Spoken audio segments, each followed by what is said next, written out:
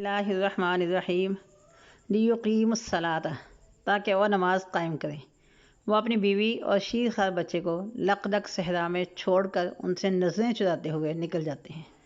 کچھ دور پہنچ کر دل میں اٹھنے والے درد کے ضبط کی جب کوئی شکل دکھائی نہیں پڑتی تو رب کی طرف رجوع ہو کر دعا کرتے ہیں، ربنا انی اسکنت من ذریتی بواد غیر ذی زرع عند بیتک المحرم ربنا لیقیموا الصلاۃ۔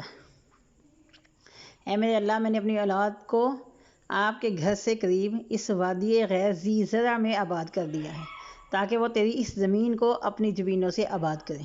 پھر ایک لمبی دعا فرمائی۔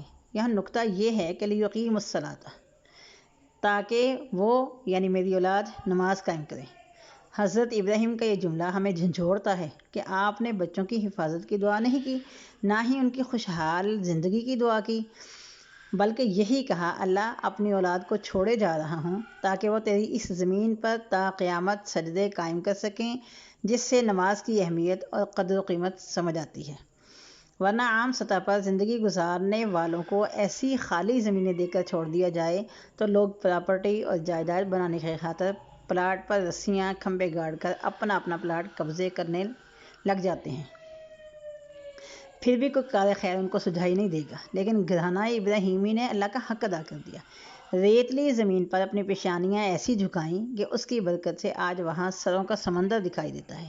ہم اور آپ بھی جائزہ لے سکتے ہیں کہ ہم نماز کا کس قدر اہتمام کرتے ہیں۔ اولاد کو نماز سکھانے کے لیے ہم کتنے فیصد فعال ہیں۔ نصیحت سرزنش سے اگر کام بنتا نہ دکھائی دیتا ہو تو ہماری دعاؤں نے کتنی شدت پکڑی ہے۔ رب اجعلنی مقیم الصلاۃ ومن ذریتی